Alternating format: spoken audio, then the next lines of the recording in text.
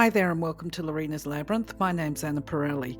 The comments that you see here are my views, beliefs, opinions, and sometimes they are not even my fully formed views, beliefs, and opinions. However, they are my understandings. Please do retain an open mind and reflect on any of the content and your comfort levels. If your views differ, please feel free to leave a comment. Also remember, it is possible to disagree in respectful ways. My way is not necessarily your way and vice versa. You might also find that some of the content on this playlist in regard to spiritual or universal laws, it resonates with you, meaning it feels right to you, while other laws may not feel right or they may not feel comfortable. If this is the case, the information is either not right for you or it is not right for you right now, and it might never be right for you at any given time. It really doesn't matter. As an earthy and practical person, I can put my hand up with all honesty and say that I have at different times had the same feelings about some of the content in here. And with some of them, I still have a level of skepticism within my viewpoints, but I choose to retain an open mind about the things that I don't fully understand for a few reasons. Firstly, because I believe it would be supreme arrogance to think that we all know all of the answers while we have a body. And because what is right for one of us is not necessarily right or suitable for all of us, and I choose to respect the differences. Please do leave your opinions, beliefs. Feel free to argue the points in a respectful way with any of the content on the slides and even my interpretations. And if you feel that you can add clarity around some of the content, we would all love to see it. Thank you. For now, though, let's explore the laws. All creation is governed by law. The principles that operate in the outer universe, discoverable by scientists, are called natural laws. But there are subtler laws that rule the hidden spiritual planes and the inner realm of consciousness. Contained within these laws, or conditions, is the true nature of matter. Knowledge of these laws has an effect upon the mental urges. Mind is the builder.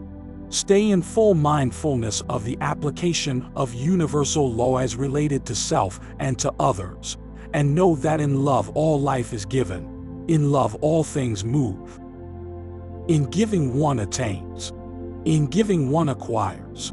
In giving, love becomes the fulfillment of desire, guided and directed in the ways that bring the more perfect knowledge of self as related to the universal, all-powerful, all-guiding, all divine influence in life. Love is life. When we go back, merge with the God source, in some infinitesimal but profound way, we expand the mind of God. Our higher self always points the best and most perfect way, and it is ours to listen and choose or reject what we hear. It does not blame, but patiently tries again to show the perfect way, the loving way. All of creation pushes forth. We are ever becoming. Identity ever remains. Universal Law 104. The law of the will of God. The creators of our world carry out their work of form building under this law. God's working has to do with things free from change and movement, things divine. It is God's will that what is human should be divine. And therefore all creation pushes forth to the God-light. God is all good, and it is by reason of the good that all other things exist. Well, I don't know about you, but the way I interpret this law is when it starts off referring to the creators of this world carrying out their work of form building under the law, I interpret this rather as being about those of us that are walking the planet, because of course they're third dimensional laws, which is about being on the earth plane. So each one of us on the planet is a creator of some form, and each one of us on the planet has talents. Now, I remember reading something many years ago that with each of us, it was just a bit of wisdom, and it was, we're all born with talents, and it's up to us to use those talents in constructive and positive ways. So in many ways, I apply that little pearl of wisdom to what I see here in the law, where it's that these talents that we're born with, they're our divine gifts, and these could be those people amongst us that are authors, writers, artists, musicians. They're the first ones that we think of when we think of creators or creativity. But it can be the sculptors, or even the people that create buildings, the architects, the things that the general or the masses get exposed to. So the way I see this law is about basically steering us toward the fact that if we are to use our God-given talents, if that's what we want to call it, our divine talents, we are inspired in divine ways to use those gifts for the greater good of humanity. And where those talents or structures that we create foster positive emotional states, which could be love or to create awareness and understanding or whatever, then we are increasing the capacity of God's light to enter into our auric being. And by that I mean, in the simplest explanations, I guess, is reading a passage of information that warms the cockles of our hearts, or being able to access artwork by the masters. Look, a prime example, I think, of art inspiring people to feel love or feel beauty, or just to appreciate beauty in the intricate detail. I recall many, many years ago, I went to England and I went to Hampton Court Palace before it was closed to the public. I don't know what's happening with it now, but that was my first exposure to really beautiful art. And that's not supposed to be the best art in the world, I might add. But I remember I could have sat in that area and just soaked up the beauty, looking at the detail and the effort and the exertions of the creators of this work to create something of beautiful that conveyed these emotions of holiness or closeness to God, or just awestruck by the beauty is what I mean.